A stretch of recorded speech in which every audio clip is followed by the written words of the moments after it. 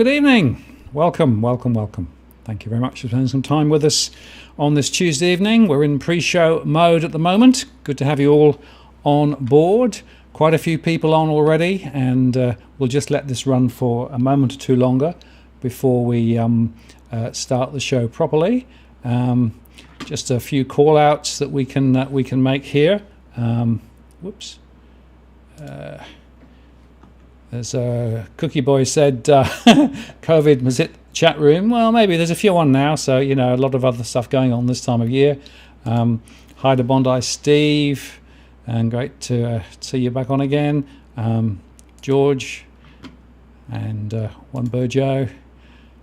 Just showing off my little chat app here. Mr. Negative, Trish, Civics. A few others too, Aaron, Jeff, thank you so much for your contribution. You pulled me up for not acknowledging immediately, but I wanted to show you that thing in its full glory. Really appreciate it, and thanks for that.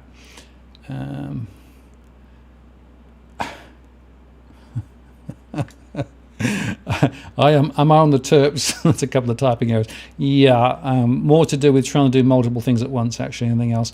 There's quite a lot going on behind the scenes here. I've got, of course, Edwin ready to go, and Edwin is in Christmas mood. You will notice also the DFA logo has a little Christmas hat on it too. I thought I'd do my bit to share the Christmas spirit, and great to see so many on. Okay, well, I think we're pretty much there. There you go. Somebody else. And great to see so many of you on, and thanks for all your comments. Keep them rolling. Be able to show them as we go through the stream as normal. So without further ado, I'm going to take the pre-show off, take the chat off, and I'm just going to run the introduction, and then we'll get going with the live show. So here we go.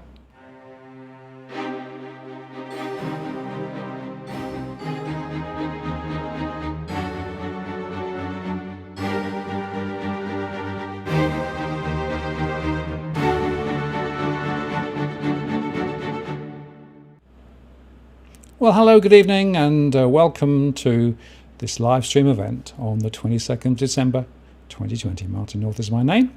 Thank you very much for spending some time just before Christmas with us. A very important show this evening. I have Edwin queued up ready to go, and we're going to take a whole bunch of questions. I had questions submitted beforehand, and there will be plenty of time for questions online as well. Just before we start, my normal caveat: this isn't financial advice.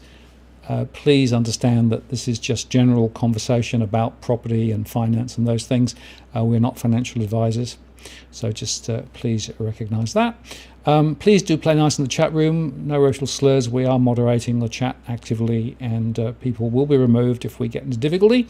This is 22nd December 2020, and use Walk the World to get my attention. There's always stuff going on the chat. Encourage it, no problems, but if you want to make sure that I see it, use that Walk the World, or you can use the super chat, which is enabled, and that means that your question goes right to the top of the queue, or indeed you can make a contribution to help us fund the costs of making the shows. So without further ado, let me push a couple of buttons and see whether we can get Edwin in. Edwin, are you there? Here, Martin. I'm still alive. Glad to see it, and like your hat. Matt, look, Sandra's asked me to say g'day to all the viewers. Now you've been very, very good followers, and you sent some presents for some of you guys. So let me see what you got. Oh yeah, preparation for the next lockdown, I think. Bit of pasta there, Martin. So yeah, okay, yeah. Just hold it in the centre of the screen, because otherwise people can't see what you got. Yeah, and what's this? Hold on. Yeah, my favourite, tuna.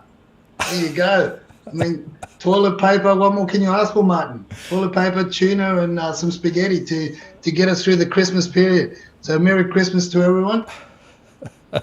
Very, very good, Edwin. Dylan was asking this question, which is, how full is Santa's sack? There you go. So now we know. Yeah, exactly. Look, and as you mentioned earlier on as well, Martin, there is a caveat, obviously. Caveat emptor, viewer beware, or buyer beware in this case. But look, if I offend anybody, if I offend any selling agents out there, there is a caveat. That we do have a caveat, don't we? And if you don't, and if you want to have a go, I'll meet you at the Octagon. How's that? Right. Okay. Yes. These threats. Yeah. We should say you do a bit of boxing on the side, right? Oh well, don't say too much. Don't let too much out. I can hold my own, I guess. But sooner than later, Martin, I just sort of wonder whether or not people are going to let me into the selling agents are going to let me into the auctions. I'm going to have to go in disguise to represent our clients. Well, exactly right. You might get recognised. Now, we should explain to everybody we're on Zoom tonight, and the connection is a whole lot better than Skype last night. So hopefully everything will run well. And you're looking pretty good over the Zoom at the moment. I think everyone's hearing you okay, so that's all good. Okay, now let's get into some meaty discussions, Edwin. And look, I think the first thing I'd like to touch on tonight is a question that I've had from a number of different people, because they keep saying we talk about the difference between units and houses, right? And the part of the question is, is that universally true between units in regions, units in the centre of town, or are there variations there? And in terms of houses and demand for houses, is that universally true too, or is there more granularity? Look, there's a lot more granularity, as you say, Martin. Look, you've got your boutique style units where you've got there's generally 4 or 6 in a block. Then you've got your 3-story walk-ups, let's say, where there's no lift involved, and then you've got obviously your medium density, which are generally 4 stories and above, and you've got lifts involved, basement car parking, and then you've got your high rise. Just as a brief. Then you've got development sites that have got some units on alongside townhouses as well as villas. The list goes on. But I think maybe what our follower or your viewers are trying to understand is how is the shift or the mindset, how is it shifting, or how made the prices shift as we move into 2021 and onwards post COVID. I have sort of taking a step further forward, and I think that's where the conversations that I've been having with family, friends, and acquaintances, and associates and the like, and that is trying to identify where people's minds are more at in terms of feeling safe and secure in the future, Martin. I would say that would be one of the most front of mind aspects that people are facing at the moment.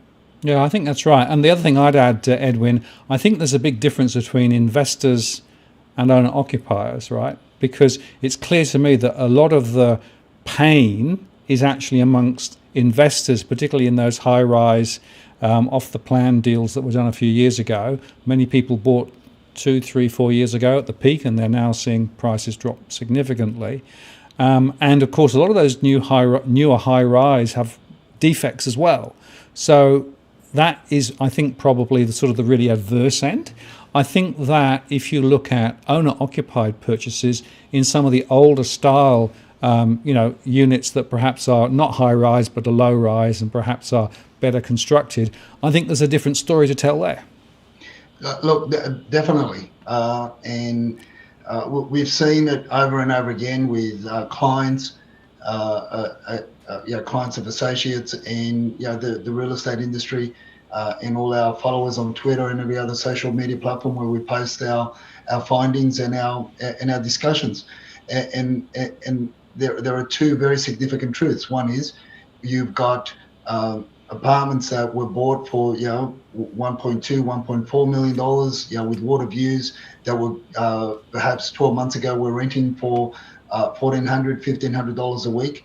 Now they'd be lucky to get $750, $800, $850 a week. So there's been a huge drop in the yield. Now, and your second point there was a lot of these apartments that have been built in the last 12, 15 years are riddled with defects that the owners' corporations will never be able to recover from.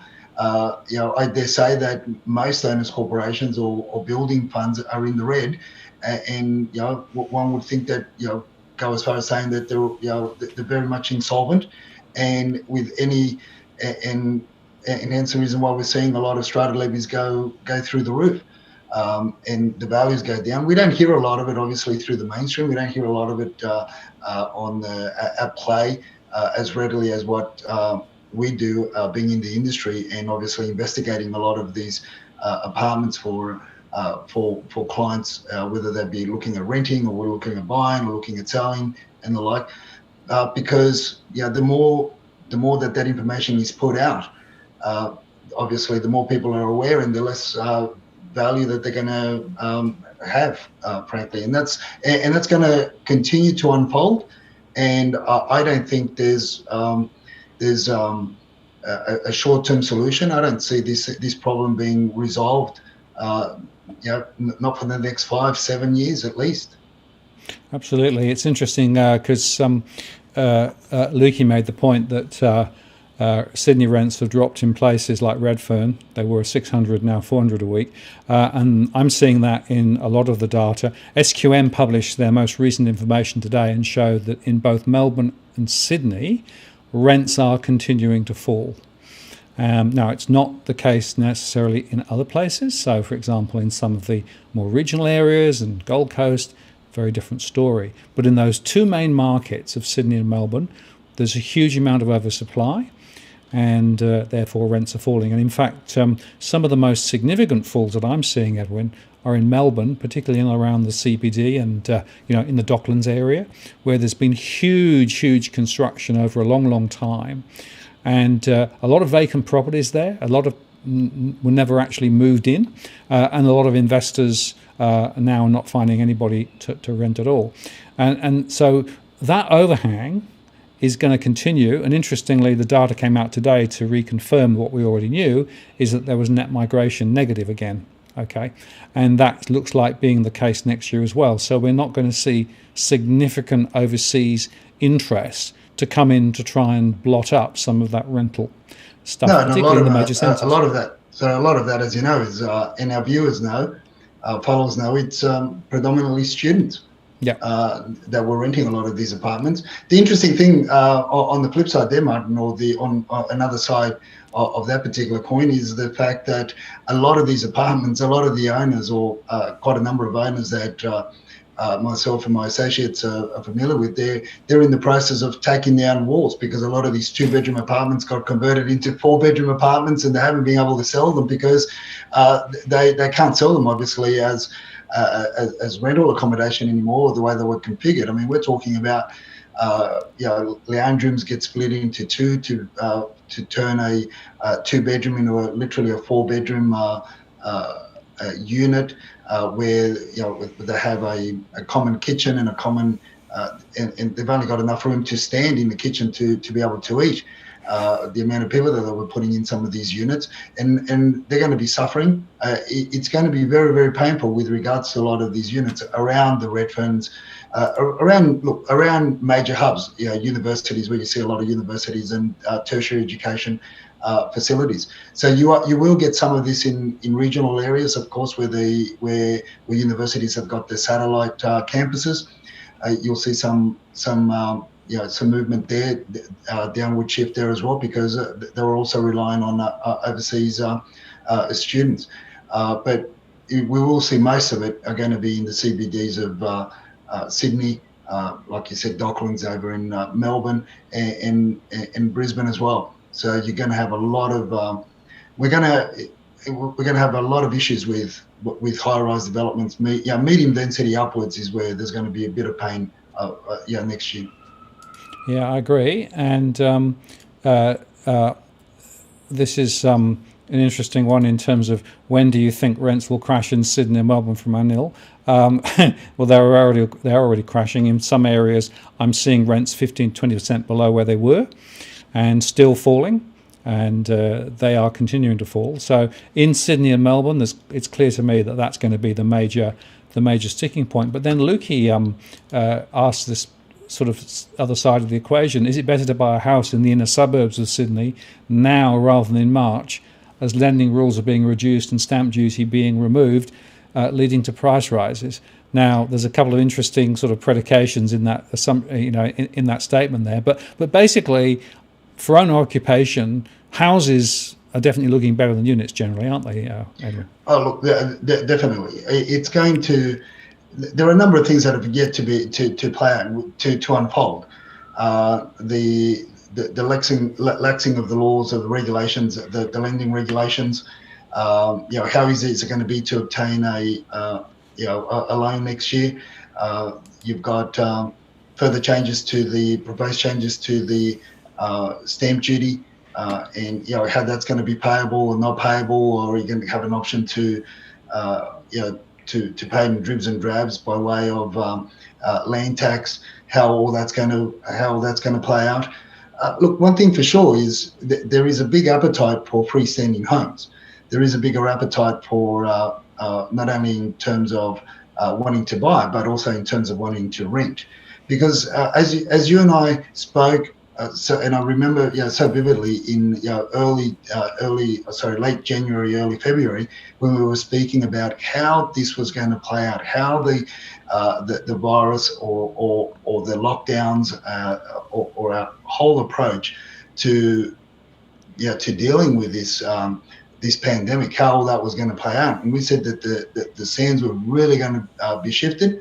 And we said that people were going to look further into the regional areas, and they have. We've been true on that, on point. We saw that there was going to be we said there was going to be an appetite for freestanding homes, which they have. There's going to be an exodus of high-rise development in particular, and we have seen that, a shift and a moving away from the central hubs such as your Parramatta's, your Redferns, your cities, your Docklands and so forth, because people are genuinely scared because they don't know. And right now it's still a situation now with this potential further lockdowns in New South Wales or Sydney.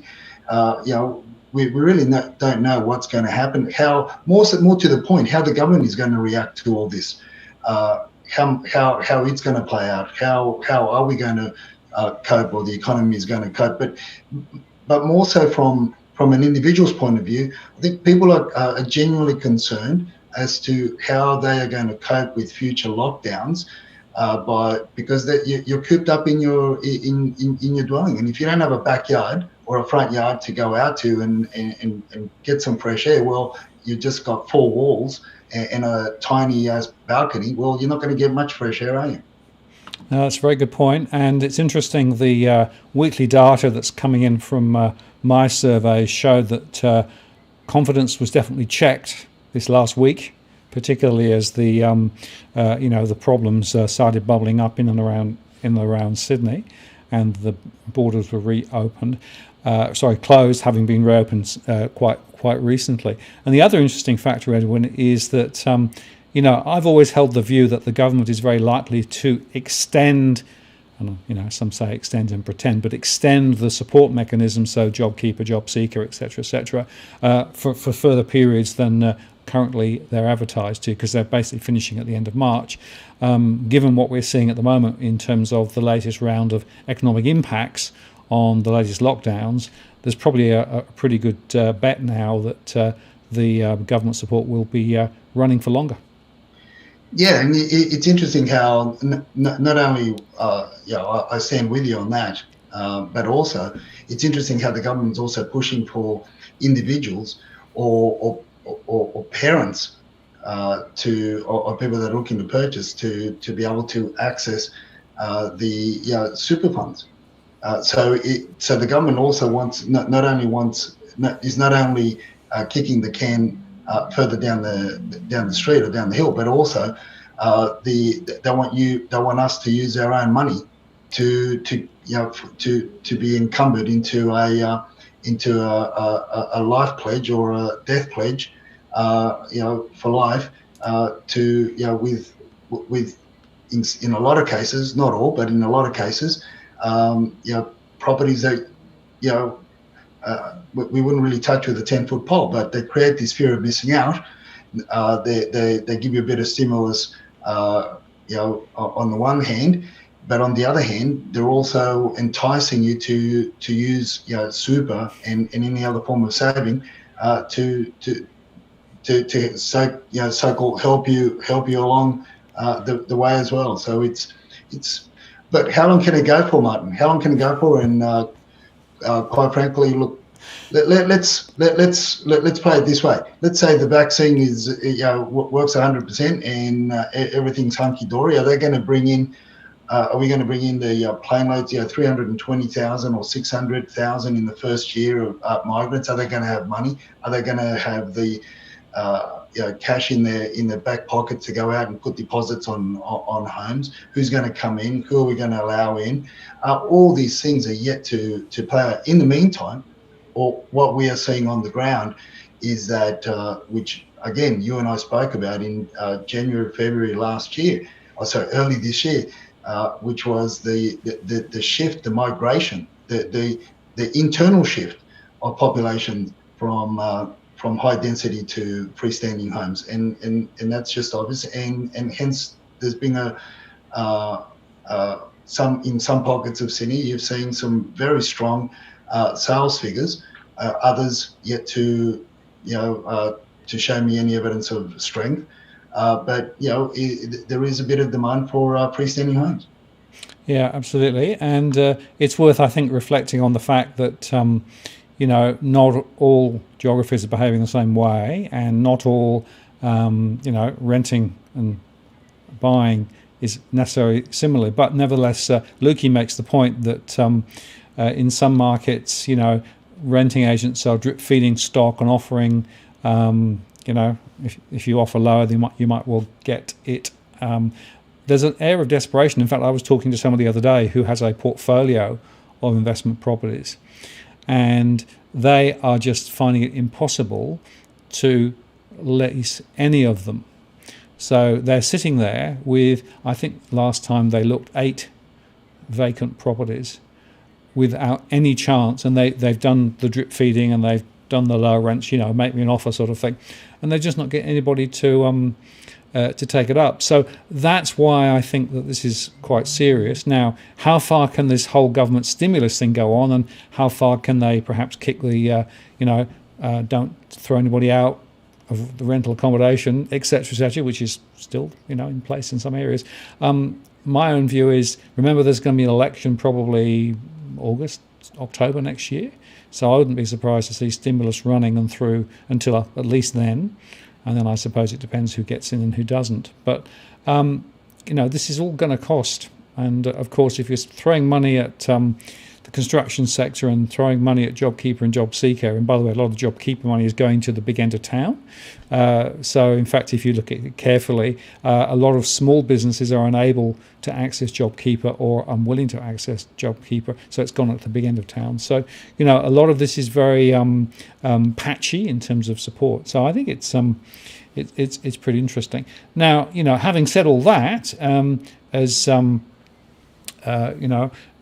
here's the Adelaide market still roaring along. Well, certainly the sales momentum is a little strong in Adelaide. Prices, of course, never rushed up so much, so they haven't fallen as much.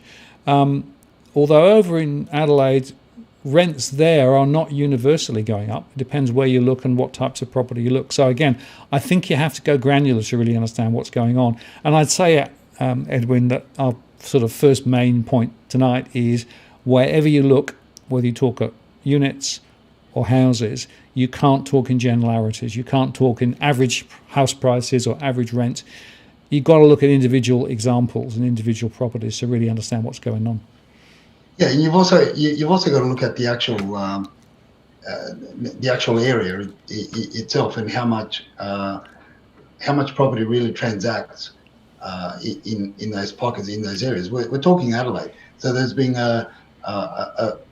whether it's 100 families, whether it's 200 families, you drop them in Adelaide, that's going to create a major shift in property, in property values in particular areas of Adelaide, because the real estate there isn't as big as in Sydney or Melbourne. So you're going to see this peaks and troughs along the way. Now, again, you saw a lot of publicity, a lot of chatter across all social media platforms, mainstream media, and the like, with the migration that was happening, or that continued to happen to Queensland, and the migration that's going north, and the migration, the families that are going to Adelaide, predominantly from Melbourne. It's for obvious reasons, because they just went through the hardest lockdowns out. The economy is in total shambles, and a lot of people, quite frankly, if they don't have a mortgage, or if they can move, or they can move their businesses, or they're working from home, or work remotely, whatever, they made that decision to move. So when you've got 100 families or 200 going to Adelaide, mainstream's going to talk in that, because it's a huge shift, because the population isn't that big in comparison to other cities, and then there's a greater shift, obviously, to the Gold Coast and Queensland. So again, it's just our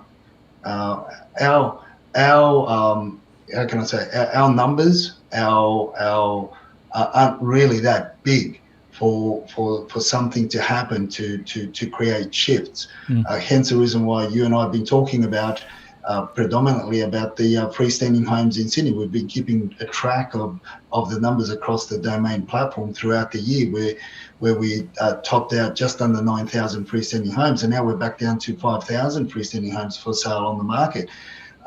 So that's obviously going to create, if people want to transact, if people want to buy, if people still want to, they'll pay that little bit more to move into certain areas to have that security, to have that freedom, because it's not just about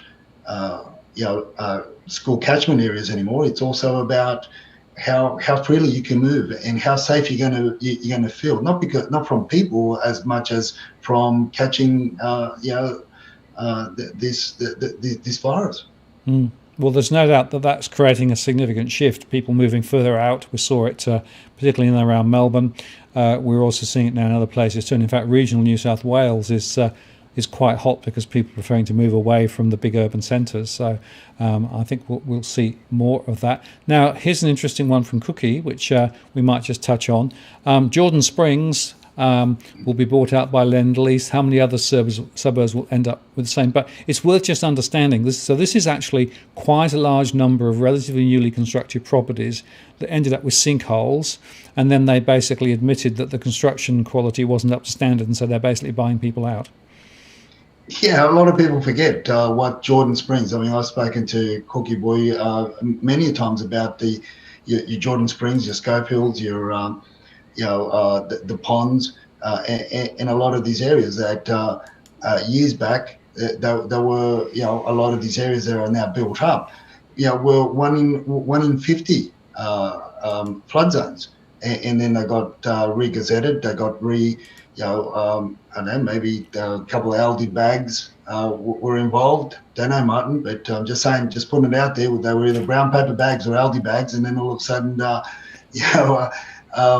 LEPs changed and zonings changed, and all sorts of things changed when those dreaded reusable bags appear amongst the council worker members.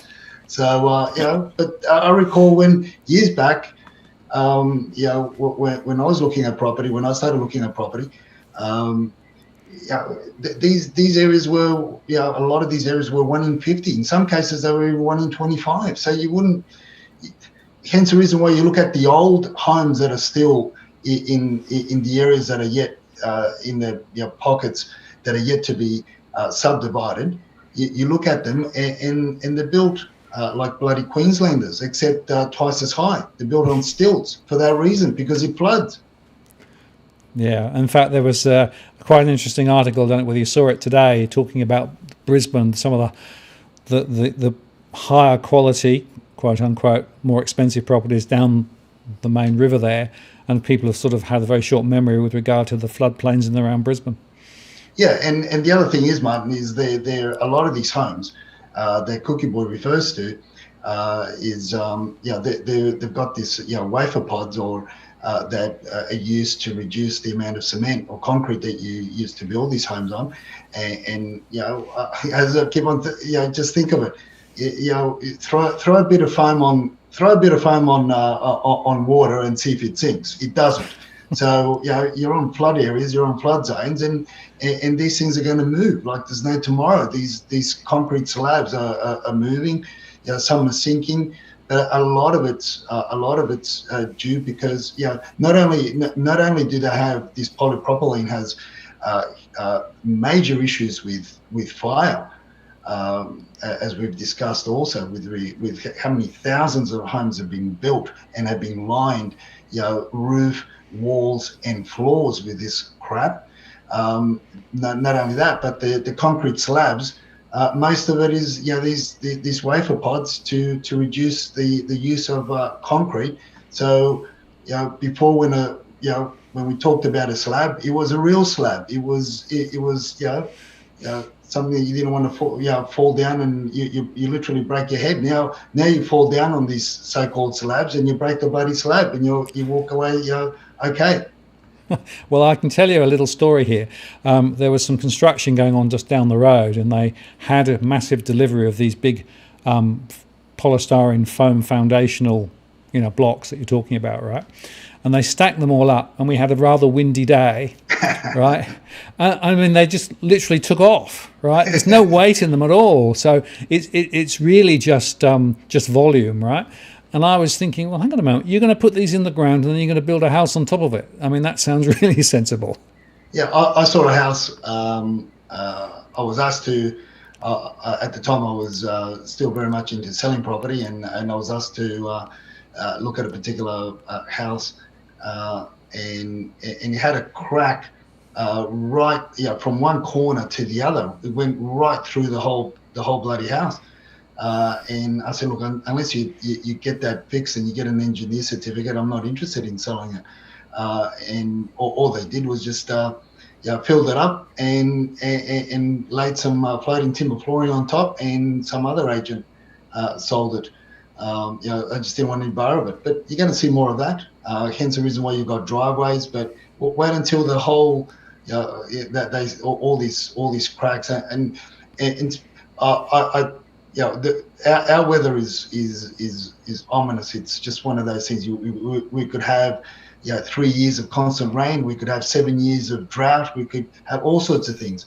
But you've got to only look at the landscape, and you've got to look at historical mappings, not only in the outskirts of Sydney, but you also look at where a lot of these high densely built up areas closer to the city, your Waterloos, your Mascots and all that, and see how over time they've rediverted natural water easements and old stormwater easements. They rediverted to build these monstrosities that are sitting on that are badly built, badly engineered. On paper it all looks great, but badly built. And then on water tables as well. So I mean, you're always going to have issues when you start building in these wet areas. Yeah, absolutely. Now let's go on to another topic, and this is one that Aaron floated a little while ago. Aaron, thank you very much for your contribution there. This is to do with land tax versus stamp duty. And the question basically was, when a property is converted to land tax rather than stamp duty, is that likely to carry a stigma? Because basically, rather than paying up front for the purchase, you're committed to paying each year, right? And at the moment, there's talk about in New South Wales bringing this in, but on a voluntary basis, so you can choose which might be better. Of course, they also don't tell you how much land tax could go up later. That's the other point, where at least with stamp duty, you know precisely what you've paid because you paid it on upfront on day one. So what's your perspective here, Edwin, in terms of is this a real significant issue, and is it really going to make any difference to the market? And do you think we're going to end up with some that are less popular because it's got land tax versus stamp duty?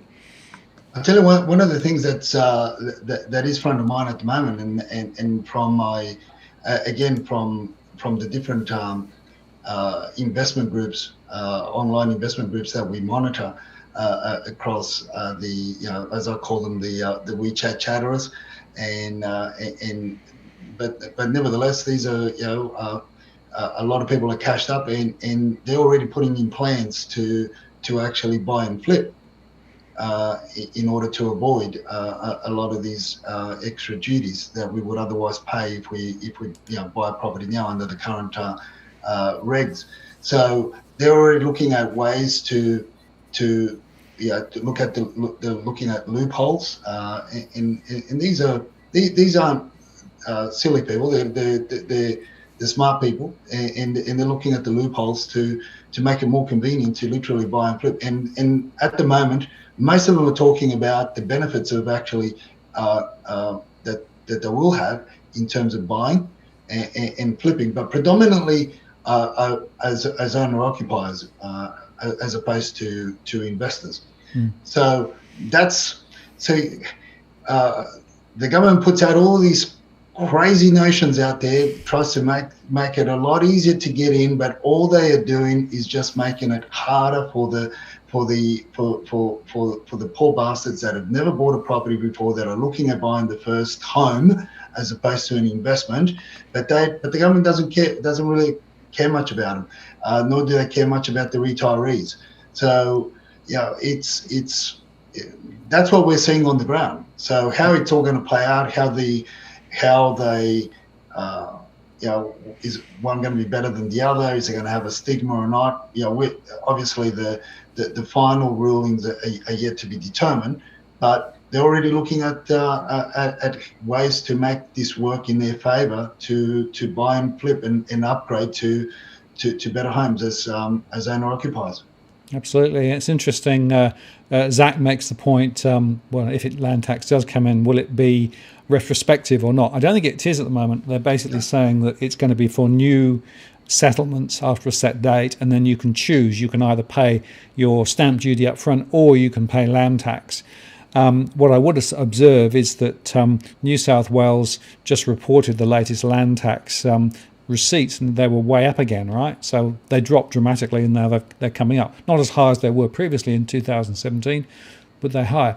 But what they have not done in New South Wales is to explain essentially how they're going to fill the gap, right? Because if you think about it, if you are today receiving this amount from stamp duty settlements, right, and next year half of them are going to be land tax, which means it's going to be a smaller amount over a longer period of time, you've got this gap for at least the first 2 or 3 years. How are they going to fill the gap? Well, I think that I almost see that as almost like let's say a statement that then they could go and borrow money on as revenue or income that you could borrow on. But again, we'll be paying it. Obviously, the taxpayer is going to be paying it over a long period of time. So for that short period, I would say that they'll use that as revenue, potential revenue, that they'll go and borrow the balance that shortfall that you're talking about, Martin. The question that's one of the many questions that needs to be explored is, we're talking about land tax. Are we talking land tax on land, yeah, or are we talking property tax? Because that's two different beasts. Because if it's literal land tax, then it'll be on the value of the land. And how do you then tax people that have bought apartments? Because the portion of land is minimal, because really they really bought space. So a space and a view, the higher you go, I guess.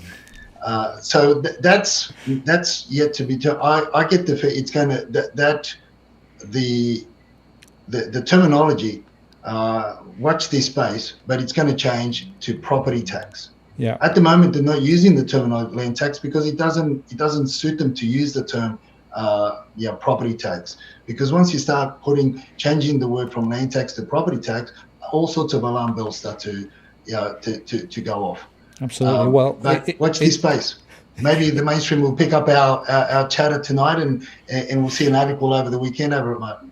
Well, by definition, it has to be property tax rather than land tax, because more and more properties are being built in high rise. And basically that means if they don't tax each property in high rise, they're not going to make sufficient relative to the stamp duty that they currently make. So that's why I keep saying, it might be an interesting theoretical change, but the practicality of it really just shows how complex this is. And, people will do the trade-off, I guess, in terms of saying, well, if I'm going to live in a place for a couple of years, I'm probably better to pay land tax. If I'm going to live it as buy it as a long-term hold, then I might pay stamp duty. So you're going to see all sorts of weird conversations going on around it. Yeah, and you're going to have all sorts of fights and stabbings, and because nobody's going to come to the government's always. It's going to be smoke and mirrors most of the time. I think our WeChat chatter friends are onto something with regards to flipping and upgrading to better properties as owner occupiers. They're onto something. So we'll see. We'll just wait and see. Now here's one from Dylan. Be interested in your perspective on this. I reckon a lot of people will be looking for sane parts of the Anglosphere, Australia and New Zealand, compared to the shows. What shows in the US and UK have become. In other words, is Australia and New Zealand on an international basis becoming more and more attractive? And I'd be interested in your WeChat perspective here, because of course you're well plugged into China. Look, it's becoming very attractive. There's a lot of discussion, a lot of conversation around the WeChat chatter is spread out throughout the world, as we've said a couple of months ago. The pathway for PR or permanent residency is very easy and very quick for highly skilled professionals, particularly in the medical industry and in the IT. So we're becoming very, very attractive. So once international borders are open, it's watch this space, because as you know, WeChat chatters are all over the world, Martin, and there's a lot of them in the US as well. So for political reasons, for health reasons, the US has become a basket case in a lot of states.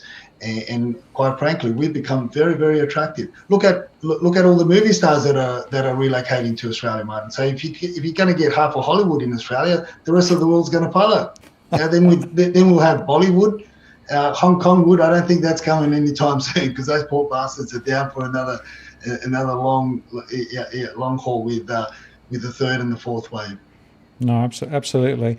Now, Cookie Boy makes another interesting comment here, which is just worth exploring, and that is that the 1 in 3 investor loans in deep freeze, this is actually an article that came out today, with falling rents and probably keeper ending in April, how long can banks hide mortgagee sales and delay the inevitable? And we know that some banks have been quietly purchasing some properties that were actually looking as though they were going to default, to stop them falling into default already.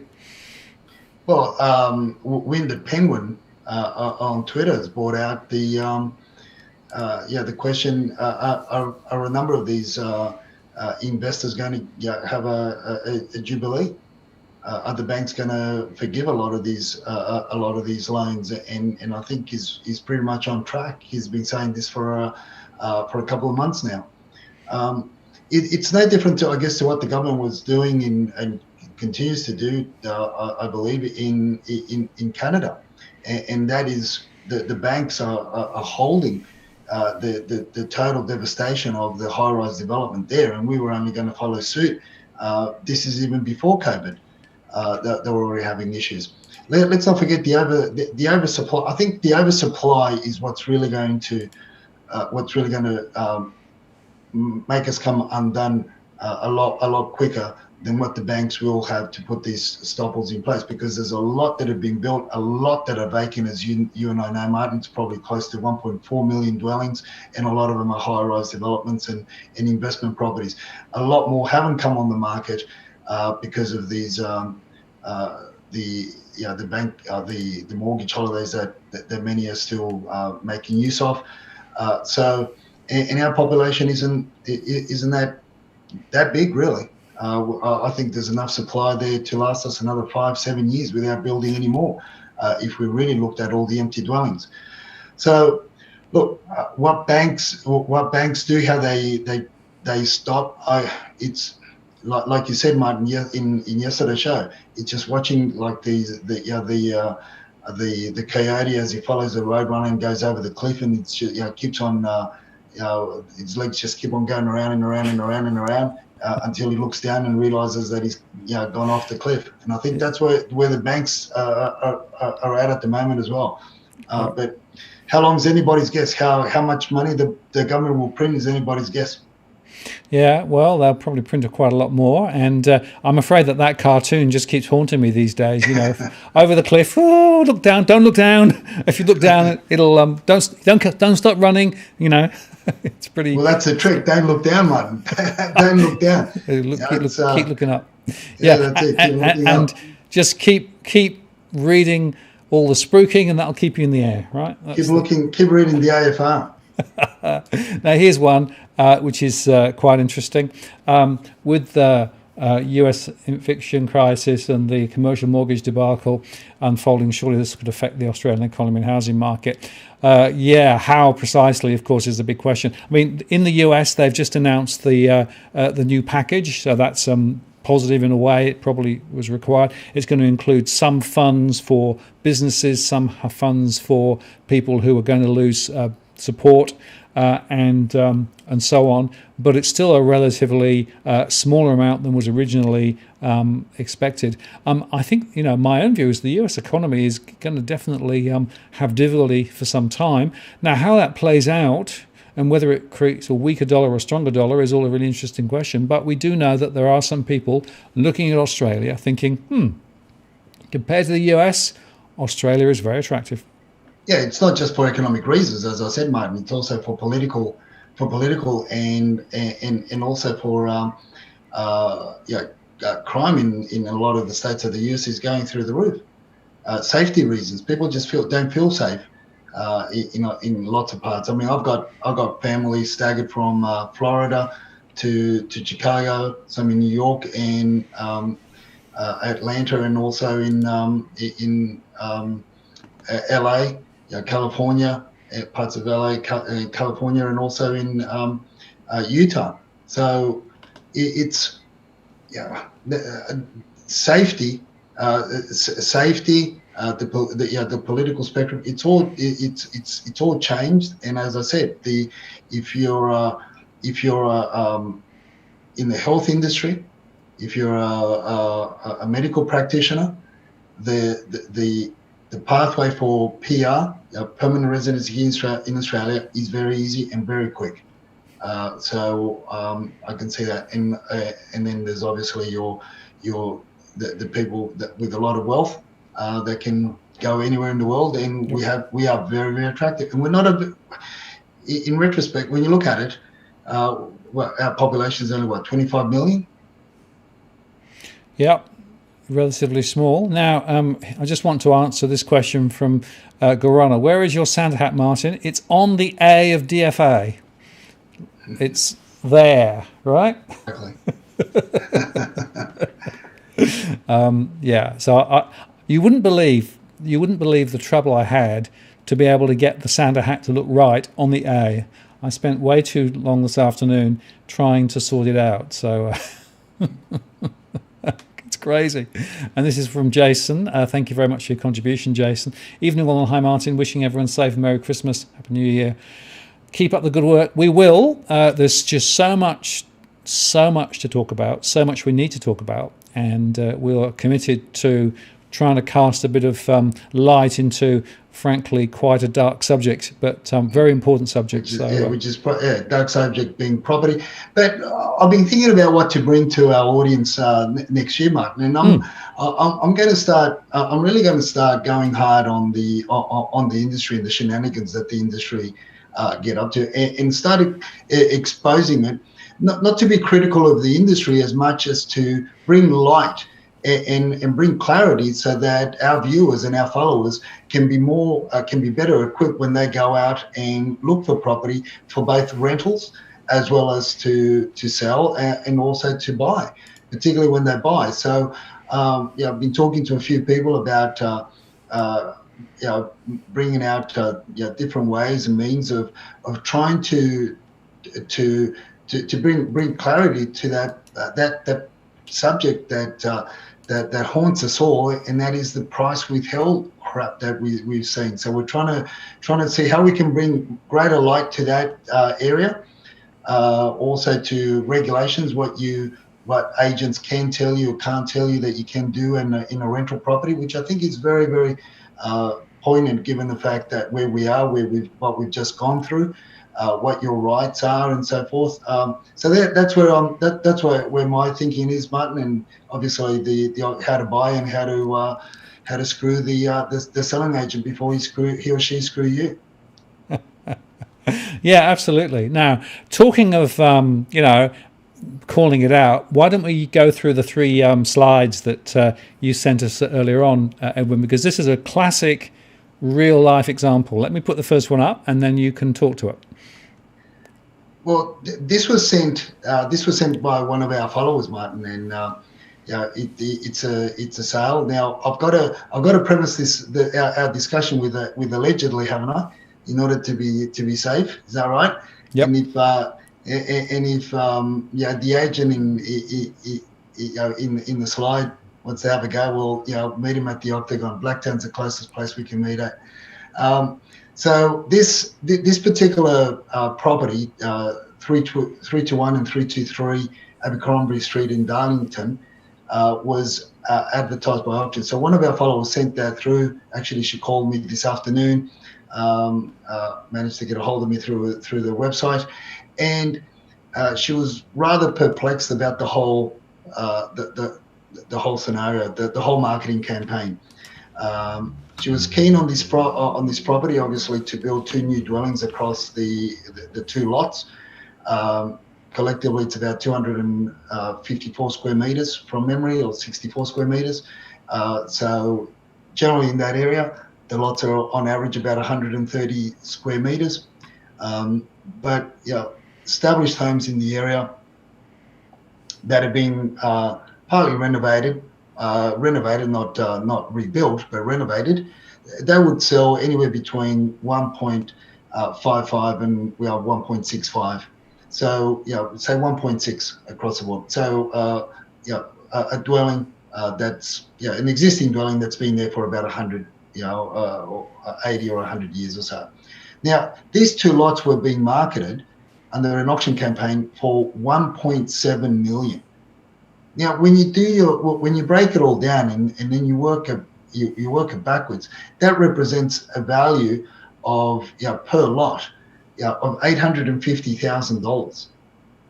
Now, you've only got to do the math, and you can work out that if an established dwelling in that area is selling for 1.6 million. That's an established area, that's been up for 80 to 100 years, and it's been renovated. So you still got you may still have issues to deal with in the future. So it's an established dwelling. If they're selling for 1.6 as one lot, as one dwelling on 130 or 135 square meters of land, well, where the hell does this agent get his guide to of 1.7 across two lots? It doesn't make sense, Martin. The maths just don't add up. Now, our follower said that she was prepared to pay just over 2 million for the lots, which is okay, which is reasonable. But realistically, the guide of 1.7 was just bollocks. Eventually, both lots got sold for 2,650,000. If you want to bring up the next slide, Martin, there's your RP data report, sold on the 19th for 2,650,000. And the mainstream media and the local agents, in this case it wasn't a local agent, but the agents, they're all beating their chest how it achieved something like 950,000 above reserve.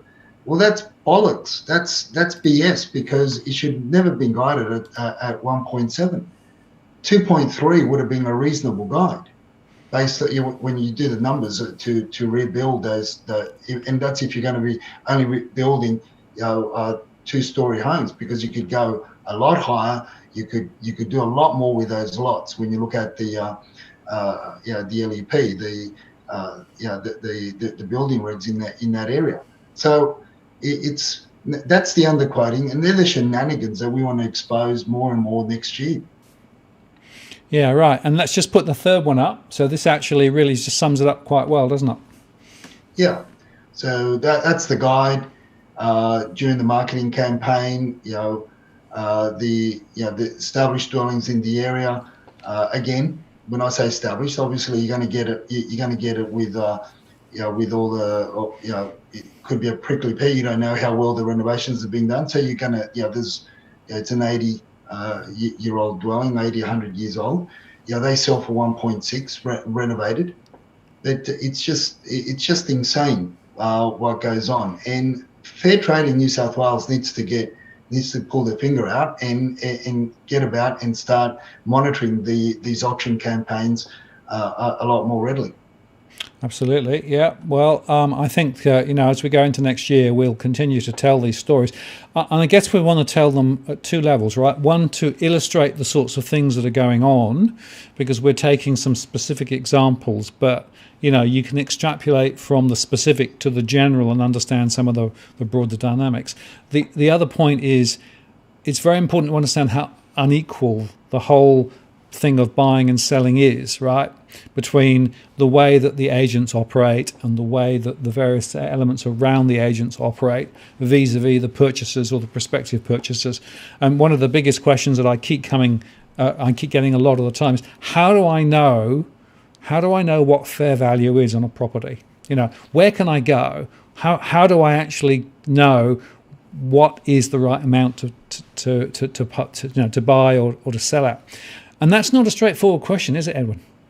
No, it's not. Look, it all comes down to, obviously, experience, understanding land values, understanding construction values, understanding replacement costs. Hence the reason why a lot of valuers valuers go and do it's a university degree to be able to value a home. Now, some you sort of wonder whether they found a university degree in a cornflakes packet or a Cocoa Pops packet, but look, most of them are really good, and there is science to it, and you do have to take into account, emotion plays a value in the price of a home as well. Local economics, microeconomics, macroeconomics, what's happening internationally plays a part in what's happening with property. So we can't just look at it as a one-sided event or take it as a one-sided or one-pronged approach anymore. It can be very complicated.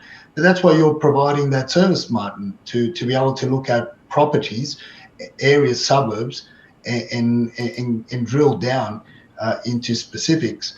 And I think it's a great service that you're providing, and that people that are looking at buying should take you up more and more on, Martin, because it enables. You've got all the data, you've got all the data sets, you've got all the. You look at the global economics, you look at local economics, and it's something that people need to utilize a lot more. And let's face it, to sell a home, people use professionals selling agents. Whether you think that the crap, the good or bad or ugly or otherwise, that's not the point. The point is that they use whether it be whether they bend the rules, break the rules, smoke and mirrors. They use strategies and tactics to lure you in and to make you pay more than what the property is worth, or what they believe it's worth, what they believe it's really worth, all that. And that's a strategy that they use. So sellers use professionals to sell their properties, staging agents, photographers, videographers, and selling agents. So people are going to have to start learning to use more services particularly like yours, Martin, because I love that whole aspect of being drilling down into specific areas to see what's really happening, so people can be well informed. And as I always say, then there's also the call as many agents as you can, as many selling agents as you can, to gather information. And there's a lot of free information on the internet as well. Yeah, well, let me just do a quick plug for what you're talking about, which is the service that I run. It's called the DFA one-to-one service. And, I've had a few people ask about how do I get specific information. Well, this is one thing that I offer. So I can provide an individual suburb analysis, right? So it's a suburb within a postcode. I can't give financial advice, but I can pull the information together to be able to look at things like stress, home price trends, the views, the scenarios, what may happen ahead. And I've done nearly 300 of those now over the last few months, all over the country.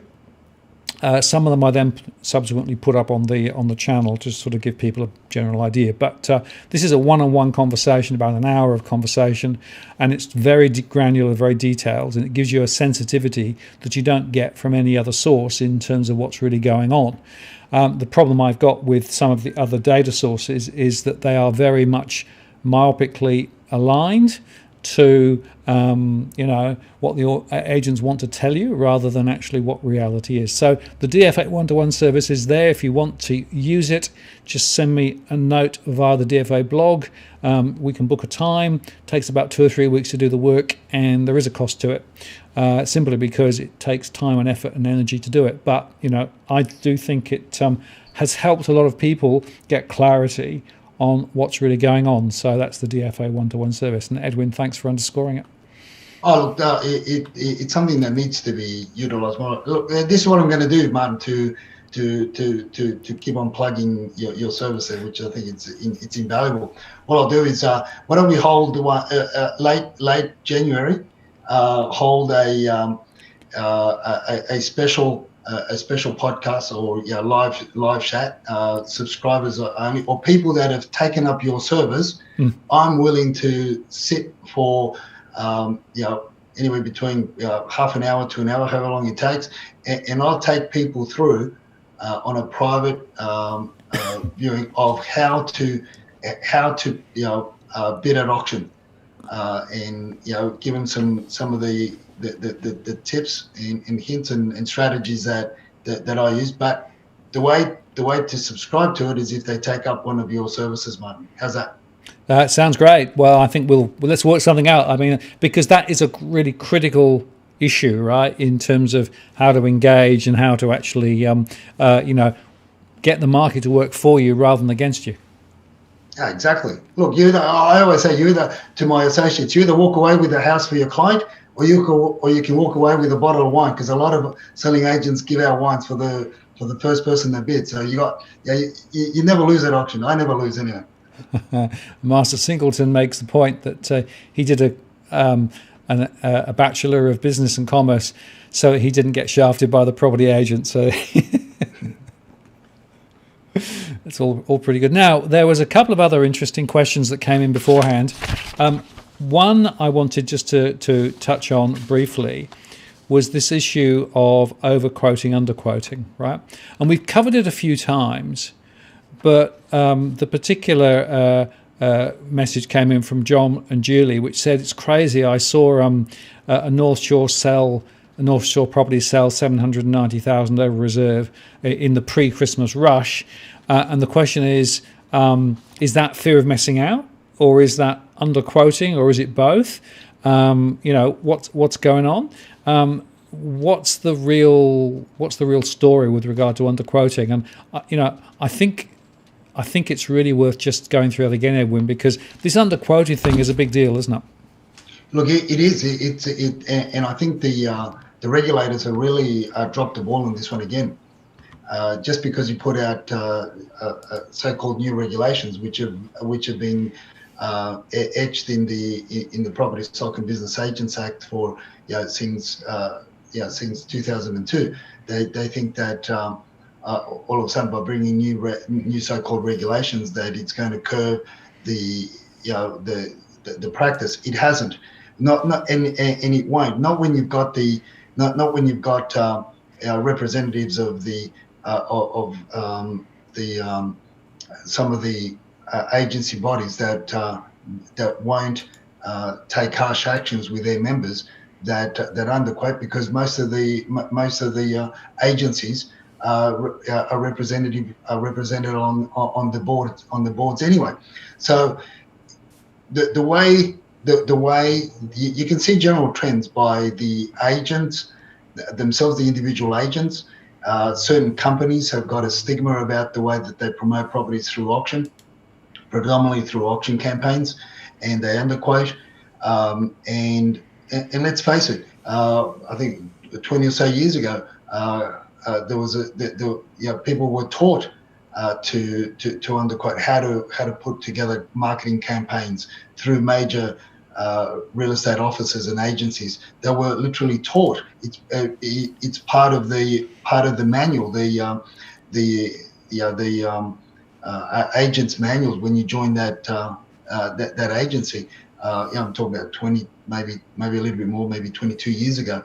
So it was all, and that's where you got all these things of price it low and watch it go, was the old saying back then, and that was the mantra that was always surrounded auction campaigns. It's very much alive and well, and as I said, the regulators have dropped the ball. So with regards to these campaigns where you see huge prices over the so-called reserve or the guide, you've really got to question the agent's position, because then I always say, and it really takes them aback on this, and that is, I say, look, you're quoting 1.2. The last sale in this street, a similar house, was at 1.5. You either don't know the value of the properties on the area, or you're underquoting. It can only be one of the two, correct? And then they're taken aback, because that's it. It can only be one of the two, Martin. Ignorance, ignorance, or sheer blatant travesty and breaking of the regulations. It can only be one of the two. What else can it be? Yep. They're either very ignorant as to property values or not. So you can do your historical checks, even on domain and real estate. You can do historical checks of sales in the area of similar properties. They give you quite a lot of properties that have been recently sold in the area that you can compare with. But you get a pattern, Martin. You get a pattern of the particular agents in the particular areas, the particular agencies that use this as a tactic, which is frowned upon by the regulators. But unfortunately, the regulators aren't out there like they used to be, policing it. Yeah.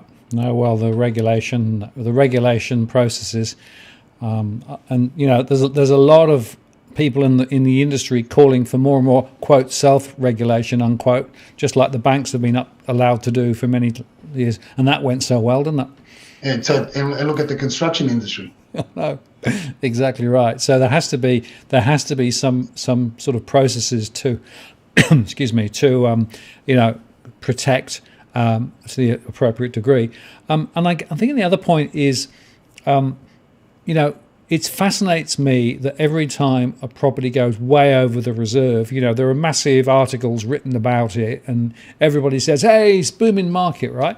How many times have you seen an article published where they sold below the right? Yeah, and I can't remember the address of that property that got sold not too long ago, about 6 weeks ago, for something like what was it, $9 million above reserve. Did you recall that one, Martin? Yeah, That I did. Yeah. Okay. So I did a bit of background research on that property. The agent was quoting the purchase price in 2013. That was his guide. Right. Now, the real story of that article should have been underquoting at its best. Yes. That's the real story. Or does this idiot know the value of the properties? That should have been the headline. Does the idiot selling the house know the value of the properties, or underquoting at its best? Because again, either they know the value of properties in their patch, or they're blatantly underquoting. It can only be one of the two. And I don't care who you are. I don't care what you want to say. Come on our live show, and I'll debate this till the cows come home, and I'll show you, and after I smack you in the teeth, that is, we'll go, I'll show you the shenanigans that goes on out there. Yeah, absolutely. And, that is the point, right? So, again, we have a myopic set of reporting going on where anything sort of over this artificial reserve is spruiked to high heaven. Almost no evidence, no information shared when prices go below, or when property doesn't sell. So you have a myopic story of what's going on in property land, and of course that's then picked up and then re-reported in the mainstream media and on television, and the auction clearance rates, etc., all thrown in. And by the way, just on that, this is SQM's latest, which came out for the 20th of December, and it's just worth highlighting again. Sydney clearance rate 60%, Melbourne 55%, Canberra 81%, but not a lot elsewhere. Those percentages are again a lot lower than the quote official, unquote official rates, as were cited in all newspapers and on all the mainstream portals. So the SQM data, I think, is much more robust, as we showed the other day, Edwin. Yeah, and the other thing there, Martin, is as we discussed with Louis, and that is the reason why you even see a lot. His figures are a lot higher in terms of actual sales, because I don't look at the percentages. I look at the actual transacted figures, the actual numbers that got sold on the day. But the Sydney region that Louis captures is the which one does he use? He uses the ABS, I think it is. Yes, that's right. And so which gives you a broader. Covers a broader region than what Domain does, and yet he comes up with these lower percentages. So you got to ask the question, why do the portals hold back on a lot of information that they do have? I know they have. I've had my sources internally, and. I've seen the stuff that they put out in comparison to what they really have. It's has been in the past chalk and cheese. But look, it's just one of those things, and we've just got to. The more information that we put out, the more they follow us on our different platforms, Martin. The more educated our followers will be. That's what it's all about, Edwin. This is about helping people to understand more about what's going on, so they can make better decisions. And on better decisions, I showed this earlier, but I just didn't have a chance to discuss it. Dylan said it's a straightforward question. You look at what you can afford, what you're paying in rent, what properties are in the area going for, and how confident you are in your earnings. There's some really interesting truths in that. The earnings one, and how secure your future earnings is probably the most critical thing to think about in the current environment, with unemployment a lot higher, with the virus still raging and those other things going on. And it amazes me how quite often people will go in and buy property and commit to a mortgage without really considering that really critical question. Yeah, and also, I can add to Dylan's points there. We can also add, look at buying something that there's an upside. what can you do to it relatively quickly by way, when I say a cosmetic uplift that you can do to the property to secure your position should there be another economic grenade thrown in that, in that area or at our economy, and the floor shifts downwards, so you can protect yourself. Always look at something. I don't. And if you do buy somebody else's renovation, if you really do buy, I say look at buying the pain, not look at buying the emotion, but rather than pain. And unfortunately, if you when I look at buying somebody else's renovation, I want to know what the background is, and if it's a typical separation or financial issues or that's when you want to buy somebody else's renovation. Yeah, that's what I mean by buying their pain, which is unfortunate. Somebody else's loss becomes your gain, and that's just how the world moves in certain areas, in certain fields. So you've got that's but I always look at property with an upside, and that upside could be subdivided, add another dwelling, shift a few walls, create an extra room, whatever. Just look at it for an upside. Yeah, absolutely. And you often make the point, you actually do more when you buy rather than when you come to sell, right? That's right. You got to look at it's buy and right. It's critical. It's key to protect yourself and protect our clients with any future issues, any as we say, any other grenades that are thrown at our economy. We want to make sure that you can mitigate your loss.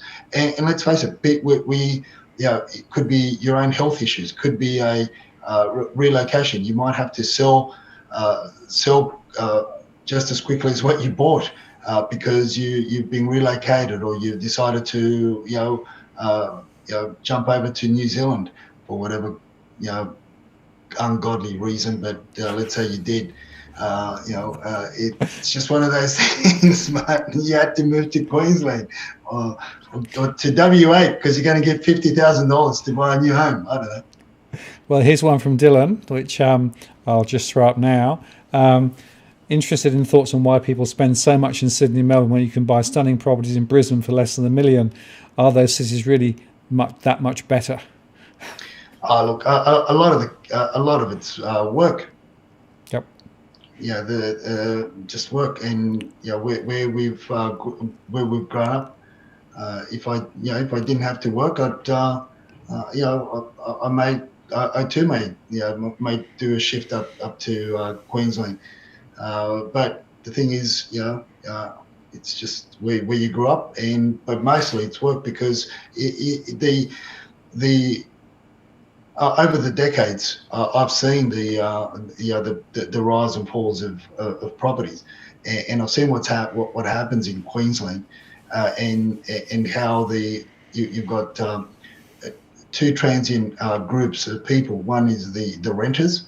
They move from new subdivision to new subdivision to rent a better property, and so there's a lot of oversupply in terms of new dwellings that are built there as housing land packages, and they go Red Bank and further northwest and whatnot. I've seen that transient populations, and also the transient workforce. It's very much up and very much down. I'd be interested to see how many people are going to be coming down to New South Wales for work once these whole lockdown things start being lifted, because of the simple fact that the hospitality and the tourism industry in Queensland has been devastated, and people need work. Yeah, well, work is, of course, the critical element. And Dylan, many thanks for your contribution. Really, it is appreciated, and it's a great question. What I would say is that I've certainly surveyed some people quite recently who are definitely considering moving from Melbourne or Sydney to other areas. They look at Perth, they look at Queensland because of the differential in property prices. So that there's definitely some of that. The question is, how sustainable is that? And given what we're seeing in some of those areas where prices are on the turn, and you look in Perth and look in Queensland, areas of Queensland, they're on the rise for houses, not units so much. To go back to our earlier conversation, it's a really interesting dynamic, and I do see some people who are genuinely now saying, not sure that the Sydney-Melbourne axis is where I want to be medium to long term. So we'll see how that plays out. Edwin, we were coming up towards the end of our show. There was a couple of other quick things I just wanted to cover off. We had a long email from Paul Louis, who said, I accidentally bumped into your YouTube videos a while ago. I've been listening to it ever since because I found your analysis very thorough and you take into account so many different factors. So thank you very much.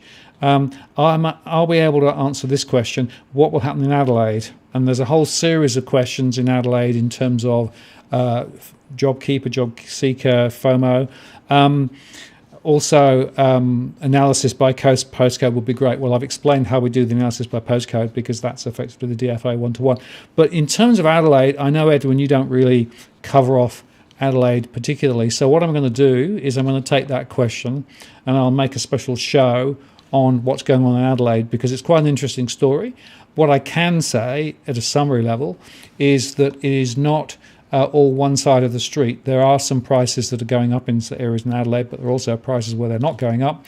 Mortgage stress is still very high in some areas, and there's also quite a lot of subdivision and new development going on. So the Adelaide market is much, much less clear than, again, many of the mainstream media would actually want us to have believed. So I'll come back and answer that in a separate post. It may be after Christmas. I will be making a few shows over Christmas and the New Year, but won't be really up to full strength until early in the New Year. But I won't forget that particular question. Anything to add on Adelaide, Edwin? Look, no, I don't know it that well. I've only travelled there twice, I think. But see, that's how long ago it is. I can't even remember whether I was there once or twice. No, I think I was there twice. Nice part of Australia to visit, but wouldn't want to live there. That's just my personal opinion. Fair enough. And a few other people said, yeah, I'd like to know more about Adelaide. Right, we will do something on Adelaide specifically. In fact, I've got this plan. Whether I'll get to it is another question, where I cover some of those other areas in more detail. I did actually cover Hobart a little while ago, and my plan is to cover some of those other areas too. A few people have accused us of being too Sydney-centric or Sydney-Melbourne-centric. Just reflect on the weight of volume of transactions in those two centres relative to the rest of the country, right? Basically, what happens to the property market in those two centres really spills over into pretty much everywhere else, but we will cover some of the other areas too. Now, let's have a look. There's a few other interesting questions coming through right at the end here. Yes, as somebody said, thanks for Adelaide. Sometimes people forget us because we're small. Small but perfectly formed is how I'd call Adelaide. So that's my view, and it's certainly something that we want to come back to. Now, there's one from Ray here, which we'll just quickly cover. Would house prices fall further away from the CDB compared with? Would house prices fall away from the CBD? Would they rise further compared with this close in, simply because of remote work? That remote work question is quite an interesting one, isn't it, Edwin? We've discussed it a few times, and I think your perspective is there is going to be more demand further out and less demand closer in. Yeah, look, because obviously the land. I think it all comes back to the land. And a lot of people that, again, on the many platforms that we monitor and discussion groups that we're part of, they all talk about, they're even buying little chickens, the dynamics is changing. The land is becoming more and more appealing to a lot of people. So I think that's where we're going to see a lot of the ships. And the other thing that that I've been thinking about, because I guess because I've had a lot more work to do in the inner west and those areas, is a lot of the terraces, a lot of the homes there, they're 100, 120 years old, and there's a lot of work, and they're not easy to fix. They are not easy to fix, particularly if you've got two party walls, or you've got two adjoining homes, one on either side, or even if you got one, because of the age, the nature, the way it's been constructed, the covenants over it, heritage covenants and so forth. It's just very costly. People. I have spoken to a lot of agents in the Sutherland Shire. They've been getting, over the last 2 months, they've been getting a lot of inquiry and a lot of buyers that have transacted, that have moved from the inner west to the Sutherland Shire. And then again, commuting, you don't have to commute as often into the city, and and it's becoming a lot easier, because the rail links and the road works are getting better, by the year. So I guess that's where the shift is. But it's a wait and see to what the government are going to do with regards to migration or immigration, and who they're going to allow in, and when they're going to start allowing people back in to as students, and to migrate back into the centres that are generally the hubs that are around the educational facilities. Is it going to be mid next year? Is it going to be at the end of next year? How long can the highly densely populated areas or built up areas, how much longer can they survive before we start seeing rapid drops in prices? And I guess that sort of takes us nicely to the end of the show, Edwin. So what's your read over the next 6 to 12 months, right? What are the things that you are watching, and how do you think it's likely to play out over that time period? One of the main things that I'm watching, and I'm very close to, obviously, our client base, and the inquiry that have reached out to us, to help them and assist them in the property transactions, with the property transactions, and that is what we said earlier on, and that is how much value people are putting on land, how the general populace have woken up to how valuable a square metre of land is. In all parts of Sydney. So there's a lot of value in that. Unfortunately, I've also been paying close attention to the fact that over the last 25 years that I've been in the real estate industry, I've seen perhaps more of a deterioration in the dwellings, natural deterioration because of the age, and very little upkeep of the dwellings, because a lot of the dwellings have been rental properties. So a lot of owners have been reluctant to maintain them properly, and then on the other side, on the owner occupied, they are very old homes. Again, that they've been with families for 30, 40, 50 years, and they've had mostly have had very little upkeep.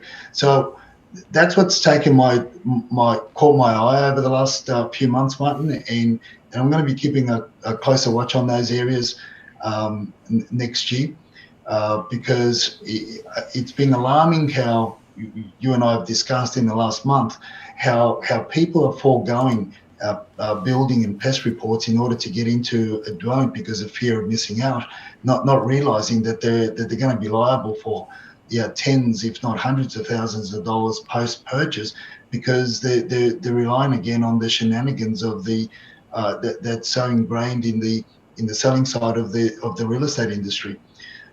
So they're the things. One of the things in the back of my mind I've been thinking as to, on positive outcomes with the vaccine and people becoming more relaxed to congregate in greater groups again and to look back into the densely populated areas again. And the fact that there's a lot of apartments that are vacant and a well price, are they going to start moving back in to have those water views or be in the densely populated, and how quickly is that really going to play out? Is it going to be a short-term event, or is it going to be played over a long term? It comes back to how we manage our fear of future pandemics, I guess. Yeah, well, absolutely. And I just left this one up from Otto here. Prospect of rising in the next 30 years is limited, right? That's one of the points I want to make, right? We've had a very significant run up over the last 30 years for house values and unit values as well. But there were one-off reasons. We came with interest rates very high coming down. We had very much reduced lending standards. We had all of the government stimulus and incentives. Interest rates are now pretty much as low as they can go. There will be some more government stimulus, but they can't go on doing that forever. The lending standards probably won't get much looser. There's going to be some changes next March, but they're pretty loose already. So it's hard to see how we're going to see huge capital growth, anything like we've had over the last 30 years. And I keep showing people in my one-to-one sessions, most of the property growth was 2010, 11, 12 up to 2017, right? So quite a lot of growth, quite strong growth, in some cases 20% per annum, but then effectively down or sideways or down, and then slightly up. I don't see the prospect of significant capital growth over the next few years. Negative migration, probably investors still very much sitting on the sidelines and probably selling rather than buying. There is not the conditions for the same capital appreciation. And without it, Otto is dead right, without massive capital gains, how are you going to pay it off? And for me, that's the critical sort of big question which people need to come back to, in my view. Yeah, not to the locals, but as I said, keep an eye on the as we are on the medical professionals that are seriously looking at migrating into Australia. Yeah, absolutely. And we, as I said, it's not really a big market. 500 transactions, 1,000 new transactions across 3 months in Sydney, being the biggest city alongside Melbourne. 1,000 transactions, will have a big effect in certain parts. Of course, again, we go back to that granular aspect, Martin. It's in certain pockets, in those desirable areas, because no wealthy, even if he was even from China or wherever. The question is what part are they looking? If they can come over, if they can bring the wealth over, where do they really want to live? Absolutely. Well, I know Cookie Boy is begging us to go until 10 o'clock, but I think I'm pretty much, my batteries are running down. It's like those old Duracell batteries with the bunnies, I can feel my sort of... Yeah, you're Cookie Boy's never ready. He's always on the go, isn't he? Evidently, yeah. So I think we're pretty much done there. But look, I really appreciate your time tonight. I found that really personally very interesting and valuable. Thank you very much, and I hope the guys on the stream did as well. A lot of people have been expressing their support for what we're up to. Can you please like this post if you haven't done so? It's really, really important for us to get this out as far as we can. So if you haven't done the like, please like, and please share. If you can. There are lots of people still thinking that prices are on the fall. I still think you're right there with regard to apartments, Martin Singleton. Yeah, apartments is where a lot of the damage is going to be. And if you can just put a shout out, Martin, to the if they want to follow me on Twitter as well. Yeah, go on. Try to put out as much information as I can. Yeah, so it's at Just Think, right? Just Think Property. Yeah, at Just Think One. Just think one. Yep. So we'll make sure that that's in the comments below as well. Jeff, I really appreciate your contribution there too. I should just explain to Taffy 4, your contribution was greatly received. I couldn't acknowledge it because my app doesn't actually respond to the particular way that you actually put your post in. So with the sort of the Flappy Bird or whatever it is. So apologies for that, but it really is appreciated. So thank you very much for that. I just want to just do a couple of things before we sign off, Edwin, just to explain what's going to happen next week. There will be a show next week. I'm going to be running a show with Michael Invests. Now, I don't know whether you've come across Michael Invests, but there's actually a website and a YouTube channel. Michael runs it. And so Michael will be on next week. We're going to have a bit of a chat about the markets and what's happened over the last year. So that'll be good for him to sort of spread his voice a little bit more widely through the DFA audience. And so that'll be on next week at 8 p.m. Tuesday the 29th. So guys, come on for that after the Christmas festivities and, you know, all the hangovers and everything else. Come back for a bit more reality on the 29th. I will be then there the following week, and the following week I will be doing the data to the end of the year, and then talking about the trends that I'm expecting to see in 2021. So the next couple of weeks there will be weekly YouTube live shows, just because I love doing it, and hopefully you'll find time to come too. Edwin, my last question to you is, are we going to do a Monday rant next Monday, or do you want a week off? Oh, look, I could keep on going, Martin. Okay. That's all right. I'm up to it. Let's continue to get down and dirty before we get into 2021. Okay, right. So we will book a rant next Monday. So guys, expect another show from Edwin next Monday. I wasn't sure whether he's going to be up to it, but glad that he is. And really appreciate, Edwin, your time tonight. It's been great to have you on the show, and love your hat. Have a good Christmas, and we will catch up again next week, eh? Yeah, for sure. And to all our followers and our viewers there, have a Merry Christmas. Stay safe and stay happy. Excellent. Right, Edwin, I'm going to take you offline now. Thank you very much. I'm just going to sign off, and then we will go that there. There you go. So thank you very much for spending time with us tonight. Really appreciate it. Thanks to Edwin. Always worth listening to what Edwin says, because he's right there in the middle of it and calls it as it is. So worth every minute that we spend with him. Have a great Christmas. I hope that you keep safe. Be careful in the current environment, but also enjoy yourselves as well. And come back next week for the live stream next Tuesday, and for Edwin's rant on Monday. This is Martin North from Digital Finance Analytics, signing off. We'll see you next time.